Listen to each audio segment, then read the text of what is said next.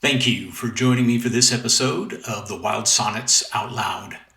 My name is Nicholas Korn, and I am the poet of the Wild Sonnets. I've published 6 books of Wild Sonnets since starting this literary marathon 8 years ago, and from which I make 2 selections each week to read in this series. When choosing the poems for this episode, I didn't consciously decide that they would be the same numbered poem from the 2 books, but quite by random, I picked numbers 430 and 530 from volumes 5 and 6.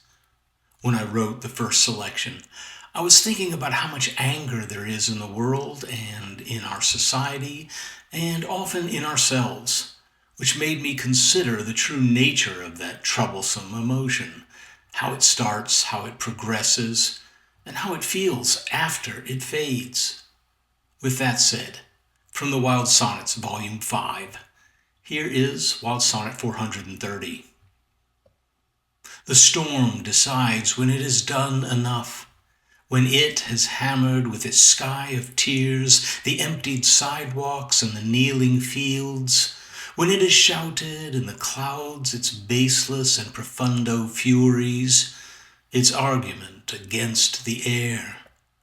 Was I angry once and thought it right? Did I enlarge my voice and measure it as might? The soul decides when it has howled enough, knows that mercy is the only thing that mends. Listen to the meadow, wet and warm with rain. Listen to the dampened pavement ripple as the syncopated steps assume and people it again. Listen to the thunder rolling on as the anger that was everywhere is gone. And that was Wild Sonnet 430 from the 5th book. My next selection is from the 6th volume in the series. Essentially, it is a realization that when we leave our pains in the past, we avail ourselves for better situations and experiences.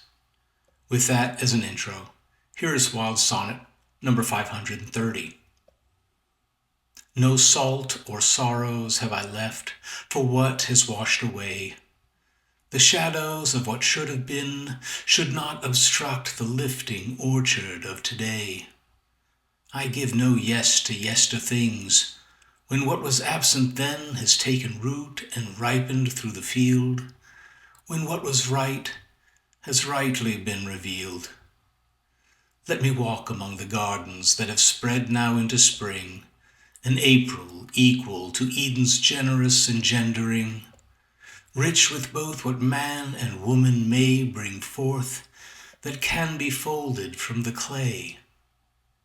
It is not the tongue of serpents that divide, but what separates what started side by side. And that was Wild Sonnet 530 from the Wild Sonnets, Volume 6.